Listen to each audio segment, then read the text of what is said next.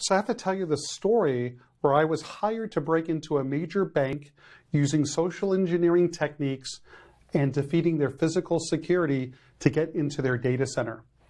So what I did is when I first went into the lobby of the skyscraper, it was over 50 stories, they had armed security, guys with guns. You'd have to sign in a log after showing your driver's license, and then you could use your access card to get to the elevator to go up to your floor. So I had to figure a way to defeat this. So what I did is I found the number to the leasing office of the building. I called it, and then I used a little bit of phone pretexting. I said I was Jim Smith, that we just had a fire in the building, and I wanted to take a look at what office space they had available immediately. So the very next day, I'm now walking around with the leasing agent. She's showing me the different offices. I'm negotiating price. And then I wanted to ask her the key question. I go, how many keys do we get to the offices? She goes, oh no, sir, we don't give you keys. We give you access cards. So what I noticed is that she actually had an access card dangling from her belt with her picture on it. So I asked her, I go, can I take a look at that?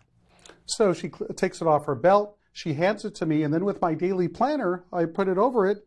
I look at her picture, I hand it back, and what she didn't realize is my daily planner that I was carrying was a special daily planner with a little bit of technology inside that was used to steal the card ID and the side ID so I could clone her card. So with this device, what I could do is take pretty much an empty card. We'll put it in front of the reader so you can see what that looks like. 0001, 0001. So with this device, basically put this down, I hit one button, that's all it takes. So now I've essentially cloned the card. So if we take the leasing agent's card, you put it in front of the reader, it's 113-64038. And if we take the card that I just made, it's the same, 113-64038. Essentially, these two cards are the same. So what I was able to do with the leasing manager's card is I didn't have to go in front of those security officers and sign in to get into the elevator. I went into the parking lot, and it worked with the freight elevator. So I was able to ride the elevator up to the floor where the bank was, and then use the same tradecraft to break into the bank.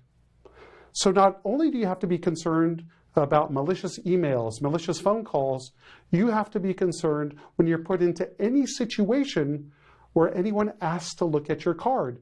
Don't do it. You have to stop, look, and think before you hand out your access card to anyone.